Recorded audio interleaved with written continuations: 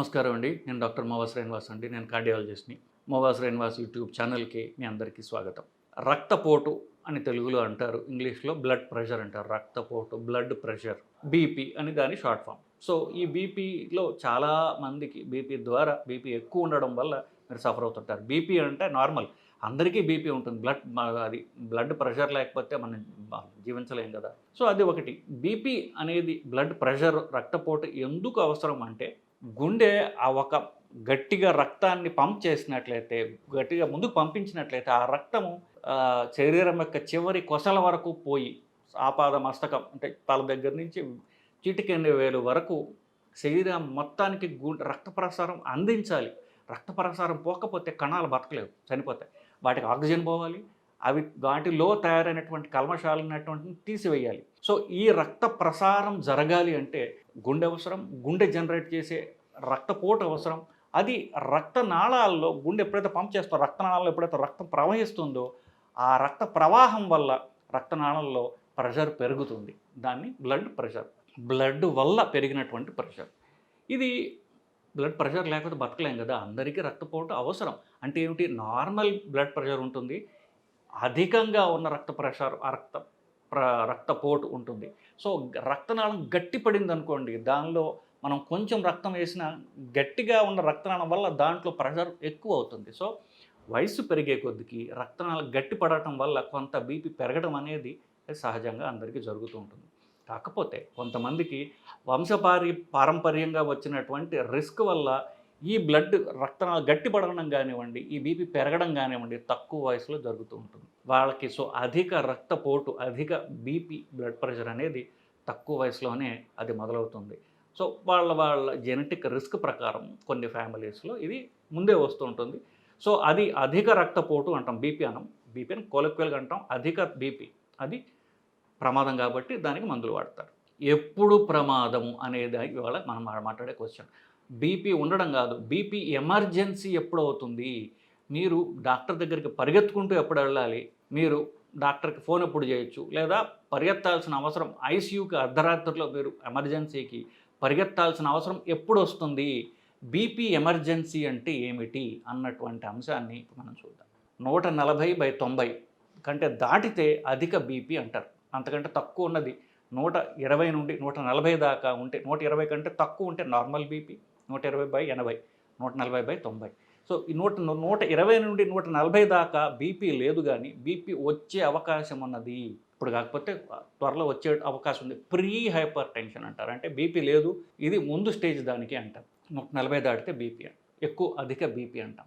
180/110, ఇప్పుడు 140 దాటితే బీపీ.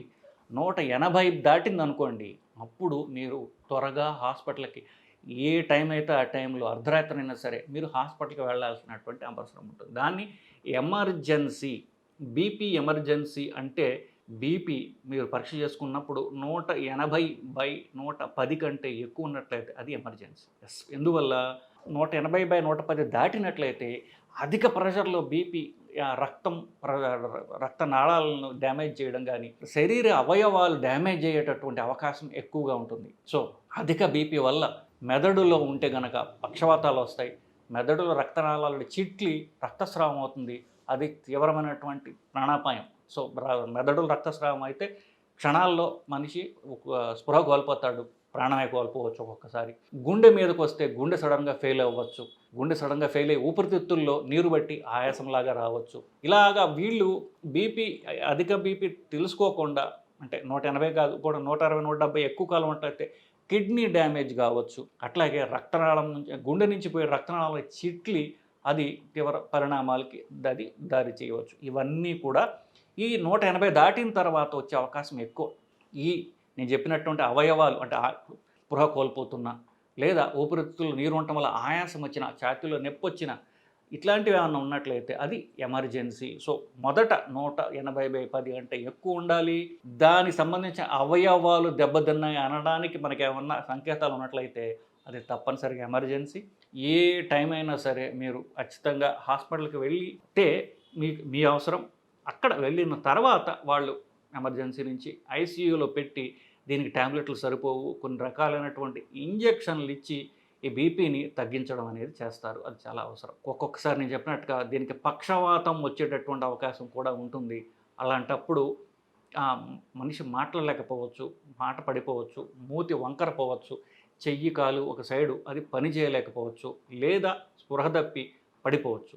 అట్లాంటప్పుడు వాళ్ళకి తెలియదు కాబట్టి పక్కన వాళ్ళైనా వాళ్ళని త్వరగా ఎస్పెషల్లీ ఇది ఎర్లీ మార్నింగ్ స్ట్రోక్స్ అంటారు. అంటే పొద్దున్న నిద్ర లేచేసరికే వాళ్ళకి నిద్రలో వచ్చి ఉంటుంది పాపం. వాళ్ళు పొద్దున్న నిద్ర లేవరు. సో చుట్టుపక్కల వాళ్ళు గనక త్వరగా దీనికి రెస్పాండ్ కాకపోతే తీవ్ర పరిణామాలు, ప్రమాదాలు వచ్చే అవకాశం ఉంటుంది. నేను చెప్పినట్టుగా ఈ అధిక బీపీ ఉన్న వాళ్ళకి బీపీ చూసుకుంటూ ఉండాలి. చూసుకుంటూ ఉంటేనే కదా 180 దాటిందని తెలిసేది. సో వాళ్ళు ఇంట్లో ఇప్పుడు ఎక్కడ పడితే అక్కడ దొరికేటటువంటి ఎలక్ట్రానిక్ మిషన్లు చాలా సింపుల్‌గా దాన్ని కొలుచుకోవచ్చు. ఏం లేదు, అది చేతికి తొడుచుకొని ఇలా అది ఫిక్స్ అయిపోతుంది.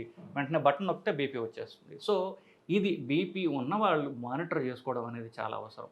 బీపీ ఉన్నవాళ్ళు అందరూ మందులు వేసుకోరు రెగ్యులర్‌గా అనేది కూడా సుస్పష్టం. సగం మంది పైగా రెగ్యులర్‌గా బీపీ మందులు మింగరు. అలాంటి వాళ్ళలో బీపీ పెరిగిపోతూ ఉంటుంది. మీరు మానిటర్ చేసుకోకపోతే ఇట్లాంటి ప్రమాదాలకి మీరు లోనయ్యే అవకాశం ఉంటుందండి. So BP emergency, hypertensive emergency అంటే ఏమిటి అనేటటువంటి అంశం మీద ఇవాళ నేను మాట్లాడటం జరిగింది. సో దీనివలన మీకు బీపీ ఎలా మానిటర్ చేసుకోవాలి, ఏది ప్రమాదకరమైన బీపీ అనేటటువంటి దాని మీద ఒక అవగాహన వచ్చి ఉంటుందని నేను ఆశిస్తున్నానండి. నమస్కారం.